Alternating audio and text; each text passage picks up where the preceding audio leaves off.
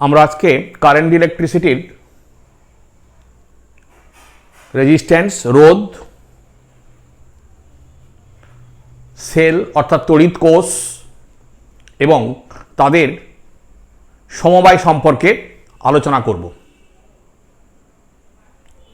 এর আগের ভিডিওতে আমরা রোধ কাকে বলে, রোধের প্রধান ধর্ম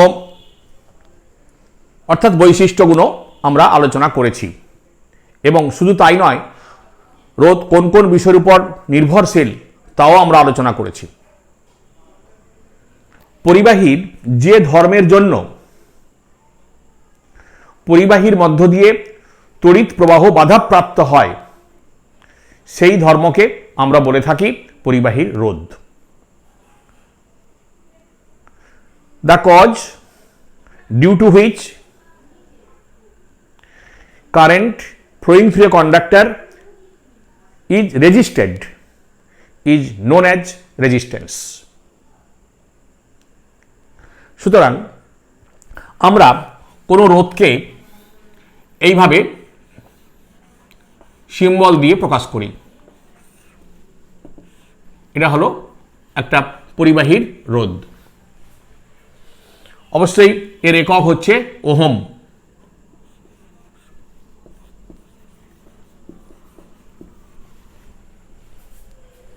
রোধের সমবায়,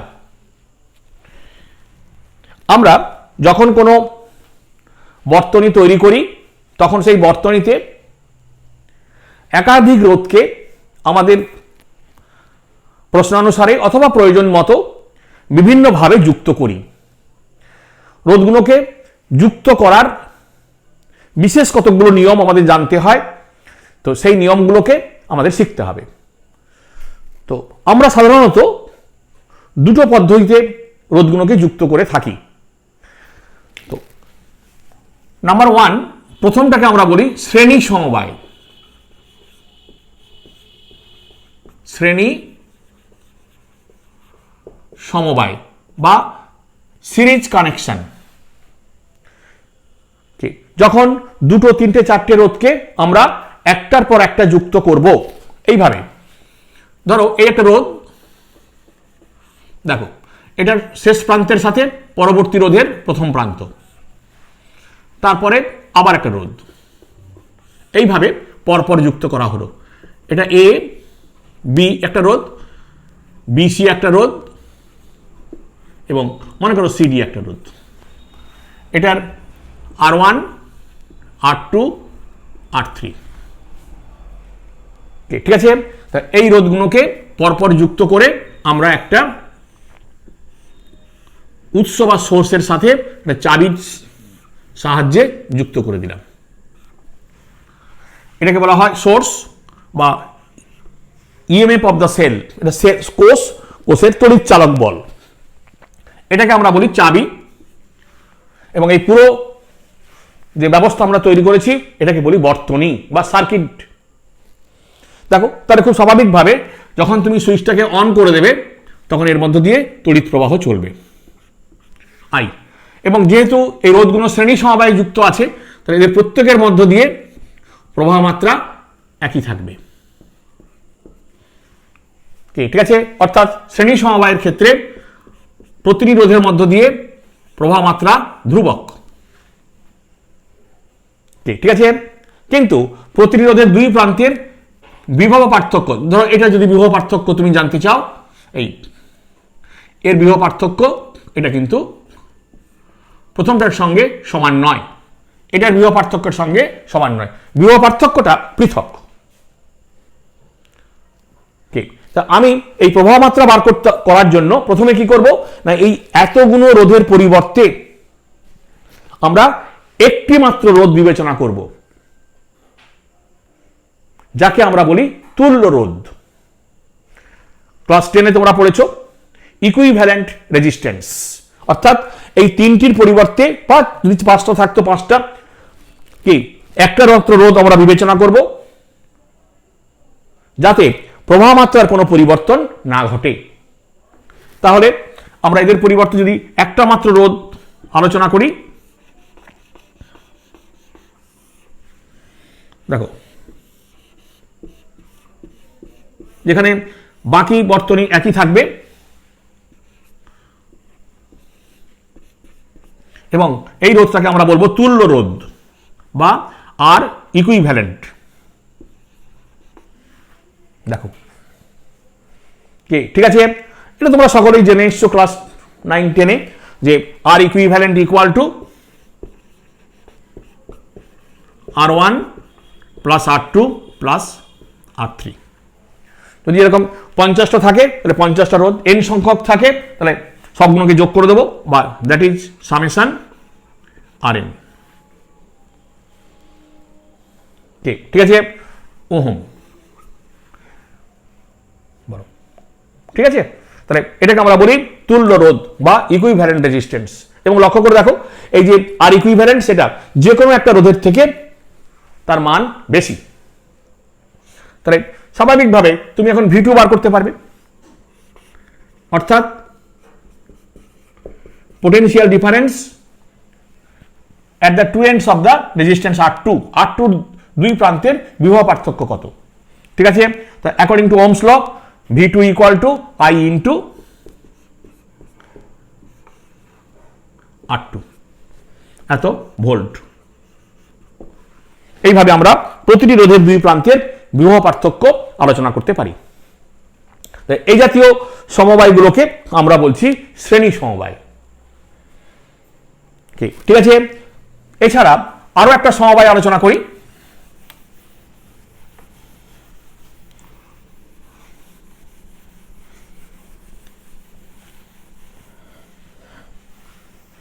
দেখো যেখানে, যেটাকে আমরা বলছি 2 নম্বর সমান্তরাল সমবায়।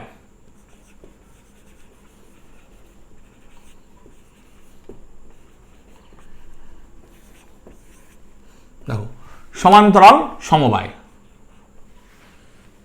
ঠিক আছে, যেখানে রোধগুলো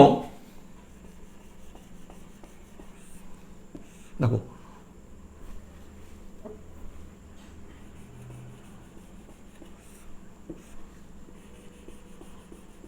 এইভাবে পরস্পরের সাথে সমান্তরাল ভাবে থাকবে। দেখো R1 R2 R3 এবং এদের দুই প্রান্তের সাথে একটা তড়িৎ কোষ এবং চাবি লাগানো থাকবে। কি দেখো, তাহলে এই জাতীয় সমবায়কে আমরা বলে থাকি সমান্তরাল সমবায়। তাহলে স্বাভাবিকভাবে এখানেও এই প্রবাহ মাত্রা সুইচ অন করলে প্রবাহ মাত্রা চলবে। এই প্রবাহ মাত্রা বার করার জন্য কি করতে হবে না, এদের পরিবর্তে একটি মাত্র রোধ আমাকে তৈরি করতে হবে, যেটাকে আমরা বলি তুল্য রোধ। ঠিক আছে, লক্ষ্য করে দেখো, যদি তুমি এই তড়িৎ কোষ থেকে I অ্যাম্পিয়ার তড়িৎ প্রবাহিত হয়, তাহলে এই বিন্দুতে এসে দেখো এই I 3টি ভাগে ভাগ হয়ে যাবে, I1 I2 এবং I3, I1 I2 এবং I3। কিন্তু দেখো যদি এটা A এবং এটা B বিন্দু হয়, তাহলে এই দুটো বিন্দুর মধ্যে প্রতিটি রোধের ক্ষেত্রে বিভব পার্থক্য ধ্রুবক থাকবে। তাহলে এখানে প্রান্তীয় বিভব, যেটাকে আমরা VA মাইনাস VB বলি, এটা এখানে কনস্ট্যান্ট। ঠিক আছে, এবং প্রবাহ মাত্রা total I equal to I1 plus I2 plus I3। দেখো তাহলে তুমি নিশ্চয়ই I1 এর ভ্যালু বার করতে পারবে, I2 এর ভ্যালু বার করতে পারবে। I1 কত হবে, দেখো VA minus VB divide by R1, একই রকম ভাবে VA minus VB divide by R2 plus VA minus VB divide by R3। দেখো এখানেও তাই,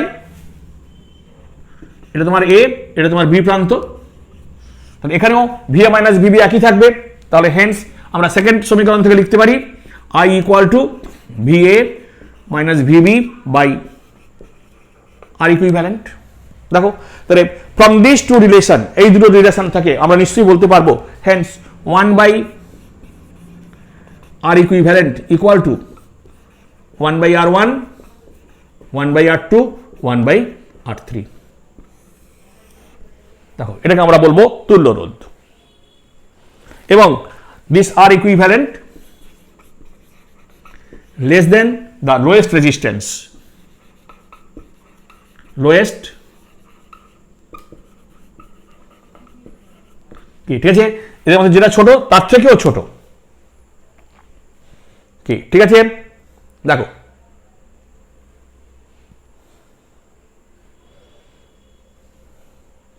হ্যাঁ, ও যদি অনেক গুণ থাকে তাহলে আমরা লিখব সামেশান 1/Rn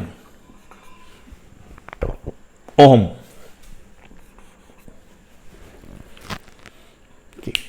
ঠিক আছে, দেখো তাহলে আমরা শ্রেণী সমবায় এবং সমান্তরাল সমবায়ের তুল্য রোধ বার করতে শিখলাম। একটা অ্যাপ্লিকেশন দেখো, আমরা যদি এরকম একটা অ্যাপ্লিকেশন দেখাই,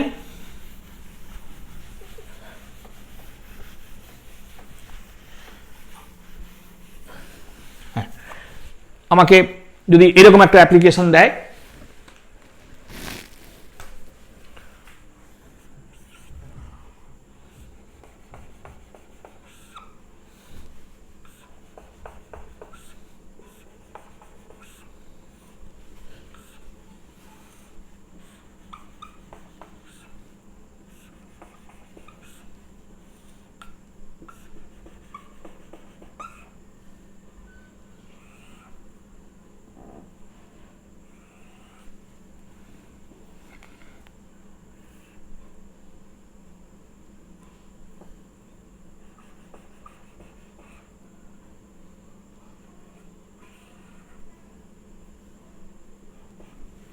দেখো আমাকে এইরকম একটা বর্তনী দেওয়া হলো, এই যে এটা এ প্রান্ত, এটা মনে করো বি প্রান্ত।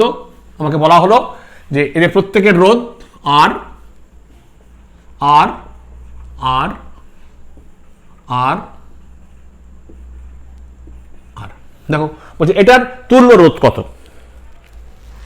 দেখো আমাকে বলা হলো যে এটার তুল্য রোধ বার করতে হবে তোমাকে, খুব ভালো।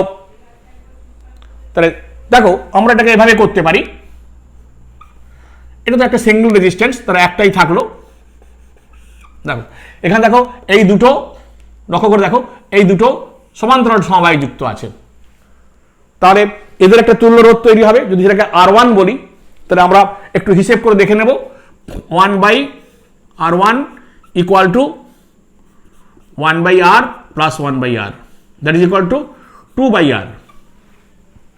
তাহলে R1 ইকুয়াল টু R/2, তাহলে এটা হয়ে গেল, এটা R, এটা হয়ে গেল R/2। এবারে দেখো এইটা লক্ষ্য করে দেখো, এখানে দেখো একটা দুটো তিনটে চারটে, সব সমস্ত প্রান্তগুলো এক জায়গায় আছে, মাঝখানে কোনো রেজিস্ট্যান্স নেই। তো আমরা মনে করতে পারি একটা, দেখো ঠিক আছে, দুটো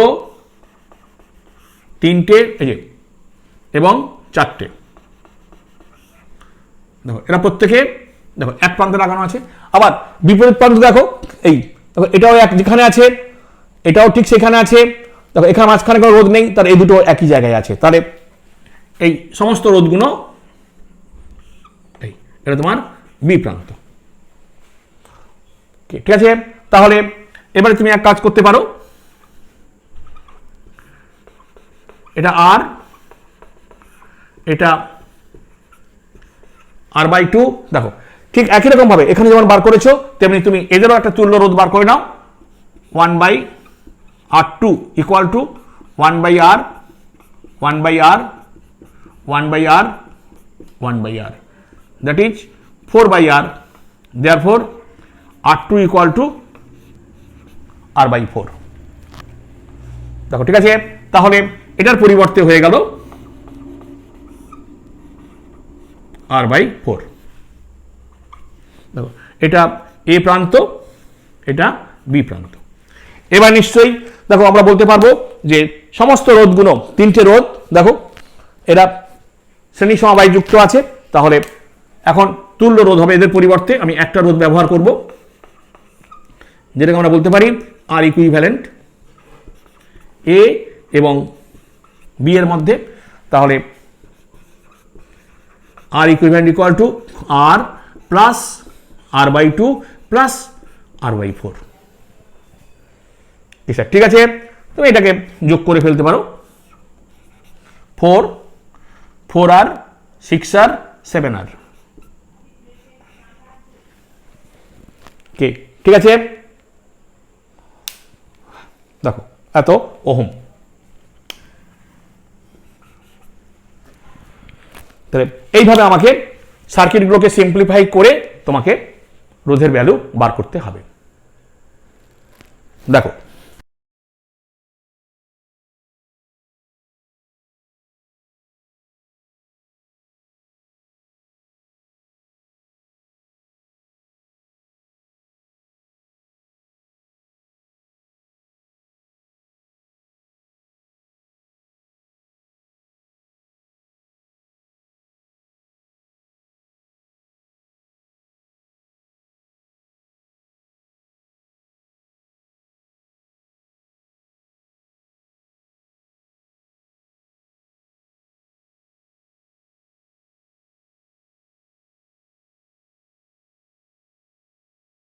এবারে আমরা প্রথমে বলি বর্তনী বলতে আমরা কি বুঝি।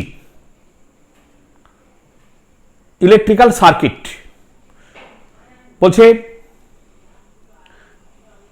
একটি তড়িৎ উৎস, একটি নিয়ন্ত্রক এবং বহির্বর্তনীয় রোধ বা রোধের সমবায় দ্বারা তৈরি কোন তড়িৎ ব্যবস্থাকে আমরা বলে থাকি ইলেকট্রিক্যাল বা তড়িৎ বর্তনী। An electrical circuit is consisting of an electrical source, a regulator and an external resistance or combination of resistances. ঠিক আছে, তাহলে আমরা এক্সটার্নাল রেজিস্ট্যান্স, বহির্বর্তনীয় রোধ মানে বর্তনীর বাইরের রোধ অথবা কম্বিনেশন অফ রেজিস্ট্যান্স আমরা আগে আলোচনা করলাম। এইবারে আমরা বলবো তড়িৎ কোষ বলতে আমরা কি বুঝি। What is electrical cell? Generally সাধারণত যে ব্যবস্থার দ্বারা রাসায়নিক শক্তি থেকে তড়িৎ শক্তি রূপান্তরিত হয় সেই ব্যবস্থাকে আমরা বলে থাকি তড়িৎ কোষ। যেমন লেকল্যান্ডস কোষ, ড্যানিয়েল কোষ। এছাড়া আমরা সেকেন্ডারি সেল আলোচনা করতে পারি। এই সমস্ত কোষে রাসায়নিক শক্তি থেকে তড়িৎ শক্তি রূপান্তরিত হয় এবং এই তড়িৎ শক্তিকে আমরা কোনো বর্তনীর উৎস হিসাবে ব্যবহার করি। অবশ্যই এখানে যে তড়িৎ কোষগুলোর কথা আমরা বললাম বা আমরা যে তড়িৎ কোষগুলো আলোচনা করব এগুলো থেকে ডাইরেক্ট কারেন্ট বা সমপ্রবাহ পাওয়া যায়, অর্থাৎ এই তড়িৎ প্রবাহের অভিমুখ সর্বদা একটাই দিকে। এই জন্য আমরা এই উৎসগুলোকে ডাইরেক্ট সোর্স বলে থাকি। তো এরকম একটি ডাইরেক্ট সোর্সকে আমরা একে দেখিয়েছি। দেখো এই একটা ডাইরেক্ট সোর্স বা তড়িৎ কোষ, যার দুটো দাগ দ্বারা চিহ্নিত করা হয়, একটি বড় এবং একটি ছোট। বড়টা হচ্ছে পজিটিভ, অর্থাৎ পজিটিভ তড়িৎদ্বার, পজিটিভ ইলেকট্রোড, এবং আরেকটা হচ্ছে নেগেটিভ বা ঋণাত্মক তড়িৎদ্বার, নেগেটিভ ইলেকট্রোড। এবং যে তড়িৎ কোষ আমরা তৈরি করেছি সেই তড়িৎ কোষের নির্মাণ পদ্ধতি, তার মেটেরিয়াল, এদের উপর নির্ভর করে ওই তড়িৎ কোষের একটি রোধও তৈরি হয়, যেটাকে আমরা বলি আভ্যন্তরীণ রোধ, ইন্টারনাল রেজিস্ট্যান্স। এবং সেটাও তোমাকে তড়িৎ কোষের সাথে দেখাতে হবে। যদি কোনো ক্ষেত্রে আভ্যন্তরীণ রোধ বা ইন্টারনাল রেজিস্ট্যান্সের কথা উল্লেখ না থাকে তাহলে ধরে নিতে হবে যে ওই তড়িৎ কোষের ইন্টারনাল রেজিস্ট্যান্স খুবই নগণ্য। তা আমরা এখানে একটা তড়িৎ কোষ দেখিয়েছি। দেখো তার ইন্টারনাল রেজিস্ট্যান্স হচ্ছে আর, এবং ই কে আমরা বলি তড়িৎ চালক বল, ইলেকট্রোমোটিভ ফোর্স। তাহলে প্রথম প্রশ্ন, হোয়াট ইজ ইলেকট্রোমোটিভ ফোর্স? কোন একটি তড়িৎ বর্তনীর মধ্য দিয়ে 1 কুলম আধানকে একবার সম্পূর্ণরূপে ঘুরিয়ে আনার জন্য যে কার্য করতে হয় তাকেই বলা হয় ওই কোষের তড়িৎ চালক বল।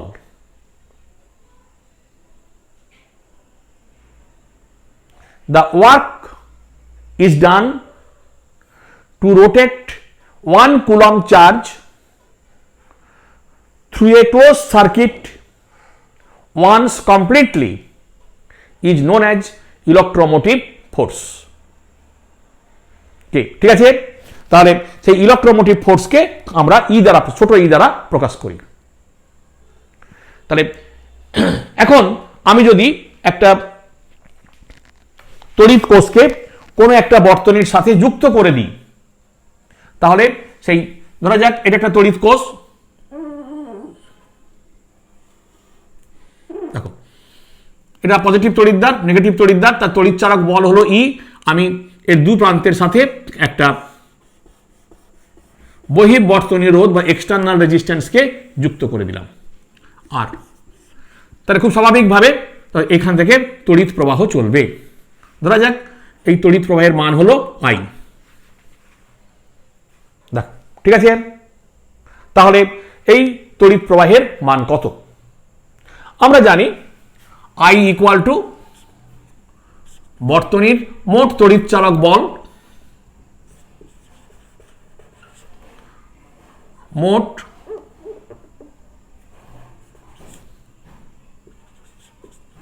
তড়িৎ চালক বল ডিভাইডেড বাই মোট রোধ। দেখো টোটাল রেজিস্ট্যান্স, ঠিক আছে। তাহলে আমরা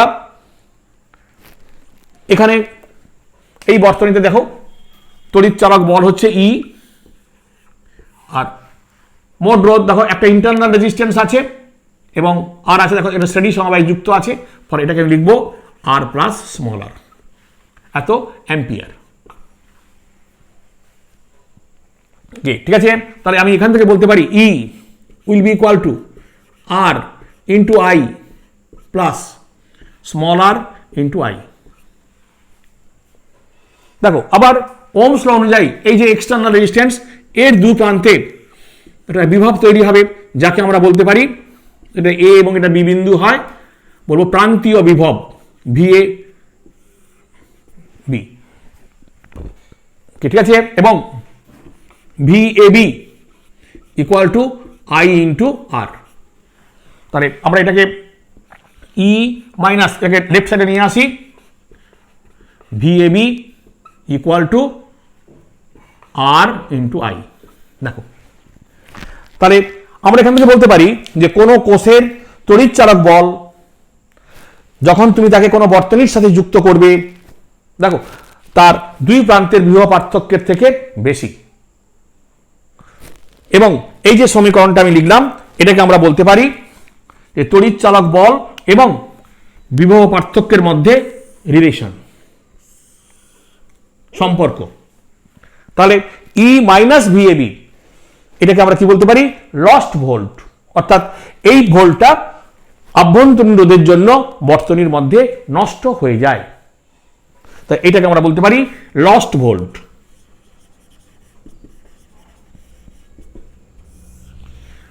একটা ছোট্ট এক্সাম্পল দিই, আমরা যে এভারেজ ছোট ছোট ব্যাটারিগুলো পাই, তার গায়ে দেখবে লেখা আছে 1.5 ভোল্ট, অর্থাৎ ওই যে তড়িৎ কোষ যেখানে কেমিক্যাল এনার্জি থেকে ইলেকট্রিক্যাল এনার্জি তৈরি হচ্ছে, তার দুটো তড়িৎদ্বারের মধ্যে বিভব পার্থক্য কত? 1.5 ভোল্ট। কিন্তু তুমি যখন তাকে কোনো বর্তনীর সঙ্গে যুক্ত করে দেবে, তখন যদি তুমি বিভব পার্থক্য মেপে দেখো 1.5 ভোল্ট হবে না। কেন? তার একটা নিজস্ব আভ্যন্তরীণ রোধ আছে, সেই আভ্যন্তরীণ রোধের জন্য দেখো কিছু পরিমাণ বিভব নষ্ট হয়ে যাবে। এবং তুমি হয়তো দেখবে যে দুই প্রান্তের বিভব পার্থক্য হবে 1.48 ভোল্ট, দেখো অর্থাৎ 0.02 ভোল্ট বিভব পার্থক্য আভ্যন্তরীণ রোধের জন্য নষ্ট হয়ে গেছে। এই জন্য এটাকে আমরা বলতে পারি লস্ট ভোল্ট। ঠিক আছে, দেখো তাহলে একটা তড়িৎ কোষ যখন বর্তনীতে ব্যবহার করব তখন তার তড়িৎচালক বল এবং প্রান্তীয় বিভবের মধ্যে সম্পর্ক আমরা দেখাতে পেরেছি। ঠিক আছে, দেখো নিশ্চয়ই এর মধ্যে কোনো প্রবলেম নেই। এইবারে আমাদের প্রশ্ন আসতে পারে, যদি একটা তড়িৎ কোষ নয় একাধিক তড়িৎ কোষ আমরা ব্যবহার করি, তখন এই প্রবাহ মাত্রা আমরা বার করব কিভাবে? অর্থাৎ তড়িৎ কোষের সমবায়।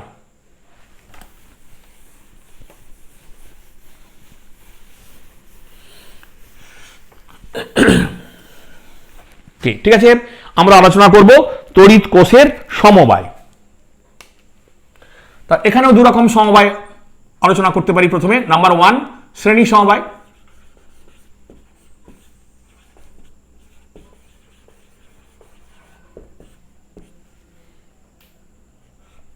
দেখো যেখানে অনেকগুলো তড়িৎ কোষ, এই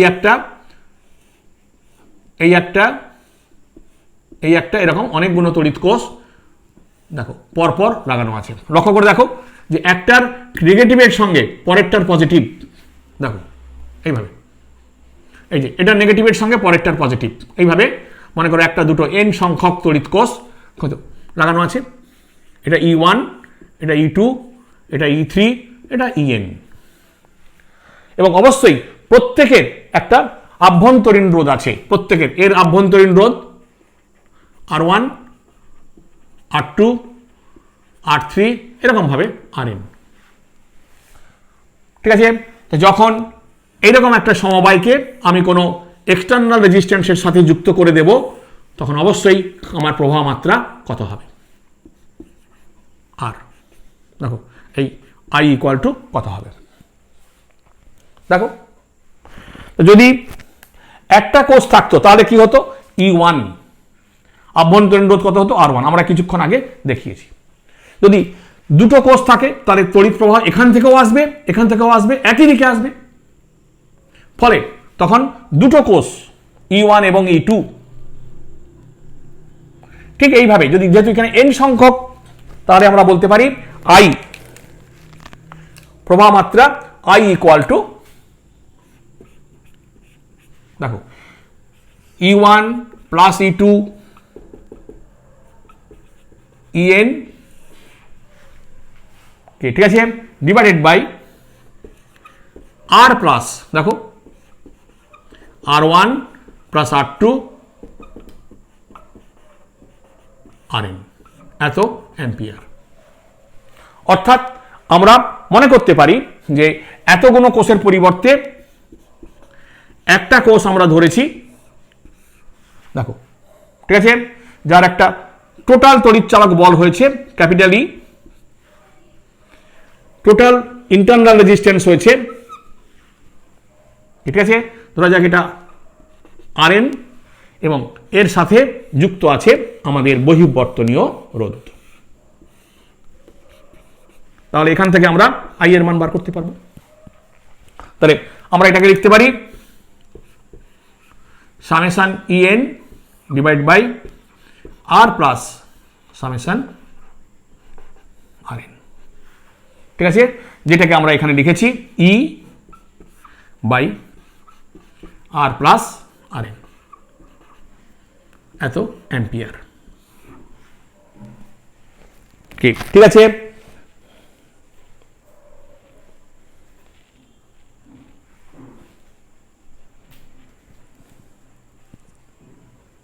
দেখো এবারে আমি যদি একটা কন্ডিশন দিই যে সবগুলো সেল ইকুয়াল, প্রত্যেকটি কোষ ইকুয়াল, যদি E1 equal to E2 equal to E3 equal to E, এবং R1 equal to R2 equal to R, দেখো ঠিক আছে, যদি এটা হয় যদি প্রত্যেকটি কোষ তাদের তড়িৎচালক বল এবং আভ্যন্তরীণ রোধ একই হয়, দেখো, তাহলে নিশ্চয়ই তুমি বার করতে পারবে। এখানে ভ্যালুগুলো বসিয়ে দাও, তাহলে কি হবে দেখো, তাহলে হেন্স আই ইকুয়াল টু হবে NE by R plus N r ampere.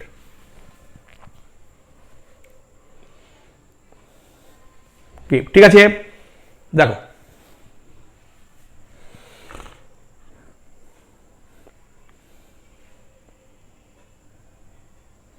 এইবারে আমরা আসি আরেকটা সমবায়,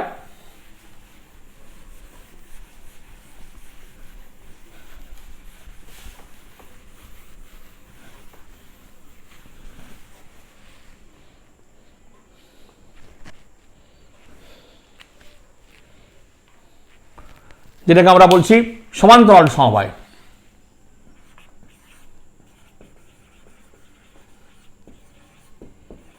সমান্তরাল সমবায়, দেখো, অর্থাৎ এখানে তড়িৎ কোষগুলো, এই একটা কোষ, তার আভ্যন্তরীণ রোধ, দেখো এটার সাথে দেখো আর একটা কোষ এইভাবে,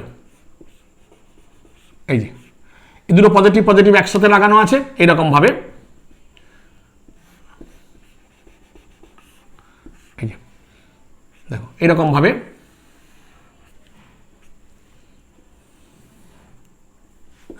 এটা E1 R1 E2 R2 এরকম n সংখ্যক রোধ, সরি n সংখ্যক কোষ En Rn, দেখো, এবং এদের সাথে তুমি একটা বহির্বর্তনীয় রোধ লাগিয়ে রেখেছো আর স্বাভাবিকভাবে প্রবাহ মাত্রা কত বার করতে হবে। দেখো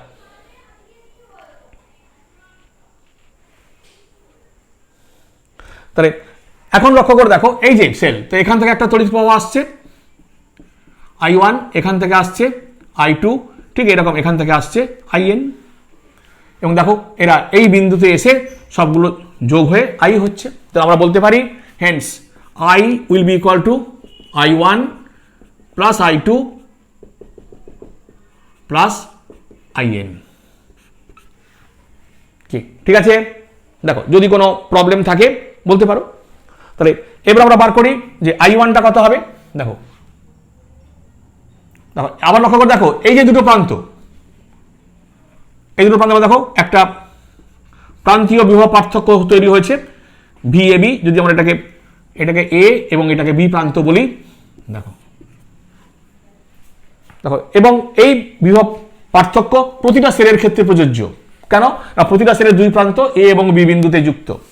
তো আমরা I1 ইকুয়াল টু কি লিখবো, দেখো I1 ইকুয়াল টু লিখবো E1 minus VAB divide by R1। দেখো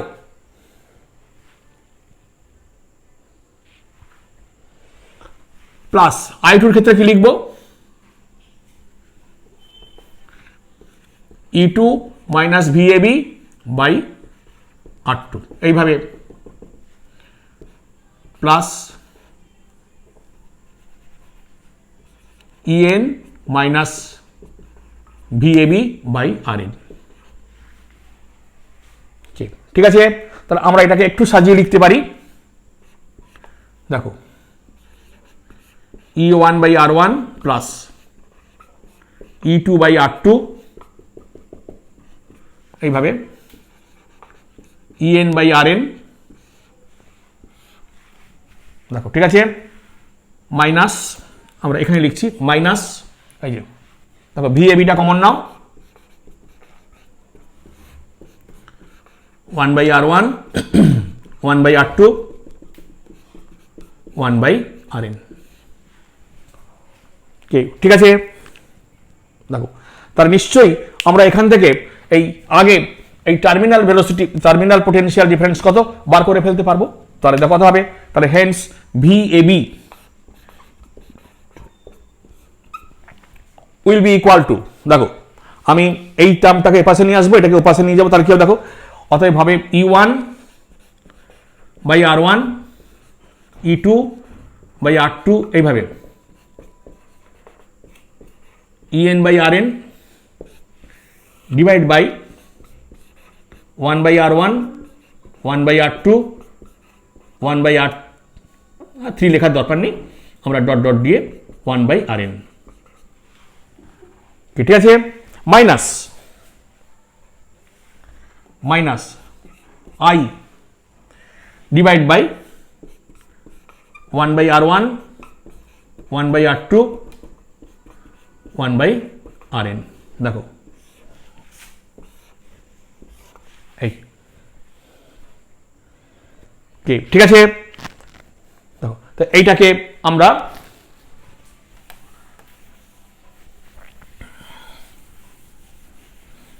দেখো এইটাকে আমরা লিখতে পারি, দেখো এই যে এই পুরো টার্মটাকে আমরা লিখতে পারি তাহলে V A B, hence V A B equal to, দেখো এটাকে আমরা বলতে পারি capital E equivalent minus I, বা দেখো এই এটাকে আমরা কি লিখতে পারি, দেখো এটা হচ্ছে 1 বাই এই আরপি, মানে যেহেতু সমান্তরাল সমবায় আছে তাই আরপি লিখলাম, বা এটাকে আমরা এইভাবে হতে পারে hence E equivalent equal to minus I into RP. ঠিক আছে, দেখুন যেখানে হোয়ার আমরা বলতে পারি যে ই ইকুইভ্যালেন্ট মানে এতগুলোর পরিবর্তে একটা সেল আমরা কনসিডার করছি, তো ব্যাপারটা হলো যে দেখো এইটার পরিবর্তে আমরা একটা সেল কনসিডার করছি, এটা হচ্ছে ই বা ই ইকুইভ্যালেন্ট, এবং একটা রেজিস্ট্যান্স আমরা কনসিডার করছি, দেখো যার সাথে এক্সটার্নাল রেজিস্ট্যান্সটা লাগানো আছে, এটা হলো আরপি, এটা হলো ক্যাপিটাল আর। ঠিক আছে, দেখো তাহলে যেখানে ই ইকুইভ্যালেন্ট ইকুয়াল টু, দেখো এই পুরো টার্মটা এই যে, তো এটাকে আমরা কি লিখবো, sigma EN by R N, দেখো ডিভাইড বাই 1 বাই আরপি। ঠিক আছে, এবং আরপি ইকুয়াল টু কি লিখবো, হ্যাঁ 1 বাই আরপি ইকুয়াল টু একদম সিগমা দিয়ে লিখে দিই, সিগমা 1 বাই আর এন। ঠিক আছে, দেখো ইটস ভেরি ইম্পর্টেন্ট।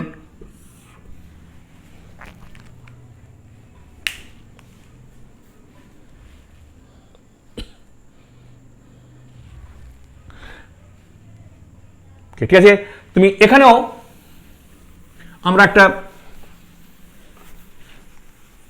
শর্ত প্রয়োগ করতে পারি, যদি if E1 equal to E2 equal to E, একদম একই রকম ভাবে R1 equal to R2 equal to R, দেখো তাহলে দেখো ঠিক আছে, তাহলে ই ইকুইভ্যালেন্ট কত হবে, হেন্স দেখো ই ইকুইভ্যালেন্ট হয়ে যাবে, ঠিক আছে ই যে কোনো একটার সঙ্গে সমান, E1 আমরা ই ধরেছি ই, ঠিক আছে, এবং আরপি হয়ে যাবে, দেখো ভালো করে, ঠিক আছে স্যার, দেখুন হয়ে যাবে আর বাই এন।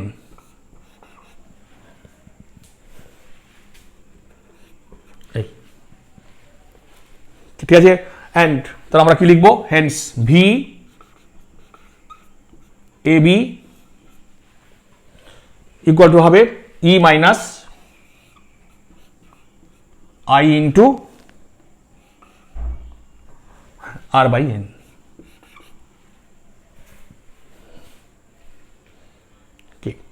দেখো ঠিক আছে, নিশ্চয়ই অসুবিধা কিছু নেই। যদি থাকে তোমরা একবার ভালো করে মিলিয়ে নাও, দেখো যদি থাকে নিশ্চয়ই বলতে পারো। কোনো একটা তড়িৎ কোষ ব্যবহার করছি, তখন লক্ষ্য করে দেখো সেই তড়িৎ কোষের তড়িৎ চালক বল ই মাইনাস তার প্রান্তীয় বিভব ইকুয়াল টু হচ্ছে স্মল আর ইন্টু আই। ঠিক আছে, হ্যাঁ, যে কোনো সেলের যে কোনো কোষের ক্ষেত্রে।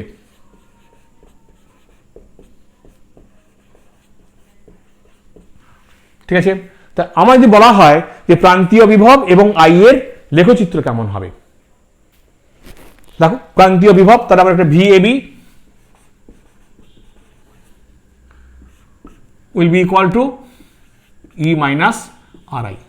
দেখো তাহলে VAB এবং I এর গ্রাফিক্যাল রিপ্রেজেন্ট কেমন হবে, স্ট্রেট লাইন। তাহলে আমরা একে দেখাই, দেখো মনে করো এদিকে তোমার I, এদিকে তোমার VAB।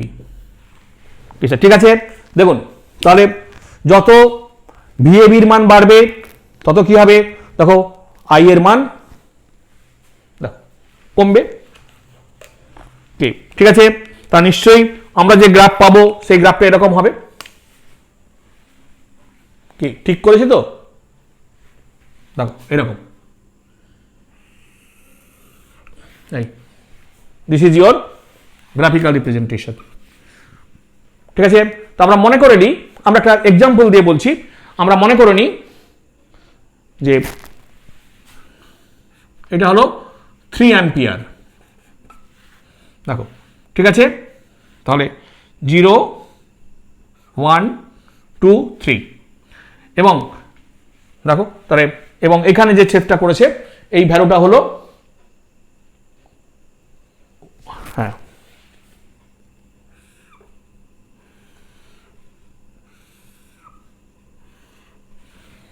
ঠিক আছে, একটু ছোট বড় হয়ে গেছে, যাই হোক আমরা কি বলতে পারি, এটা 0.5 ভোল্ট, এটা 1.0 ভোল্ট, এটা 1.5 ভোল্ট। দেখো ঠিক আছে, তাহলে যদি আমরা গ্রাফ পেলাম, তাই এই লেখচিত্র থেকে আমাকে যদি কেউ প্রশ্ন করে যে তাহলে তুমি এই যে তড়িৎ কোষটা ব্যবহার করছো এর ইন্টারনাল রেজিস্ট্যান্স কত, দেখো কি করে করবে। দেখো তাহলে আমরা বলতে পারি, দেখো when V equal to 0, when VAB equal to 0, যখন দেখো VAB equal to 0, দেখো দেখো তখন I কত, তাহলে I equal to 3 অ্যাম্পিয়ার। দেখুন স্যার,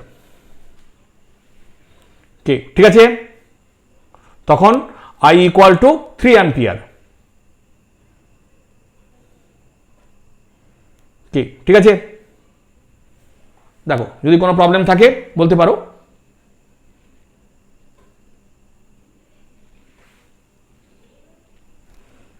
ঠিক আছে, আবার দেখো যখন I equal to 0, যখন I equal to 0, দেখো তখন VAB equal to কত, 1.5 ভোল্ট। দেখে নাও,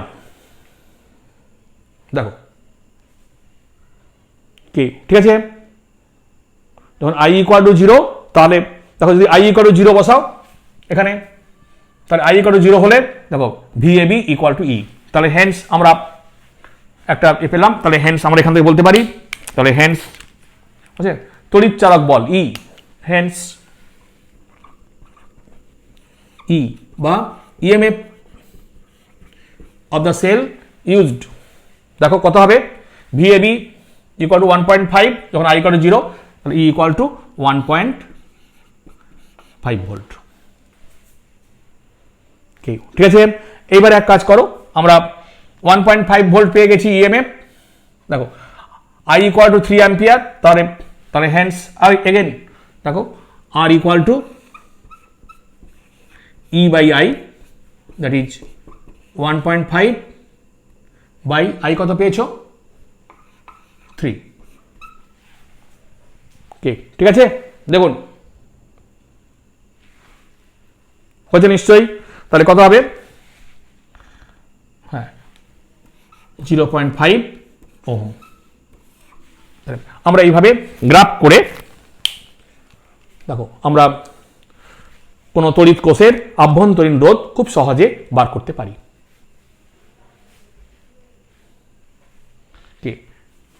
নেক্সট ভিডিও আমরা কিরচফস ল এবং তার সাহায্যে কিভাবে আমরা সার্কিটগুলোকে সলভ করব সেগুলো দেখাবো।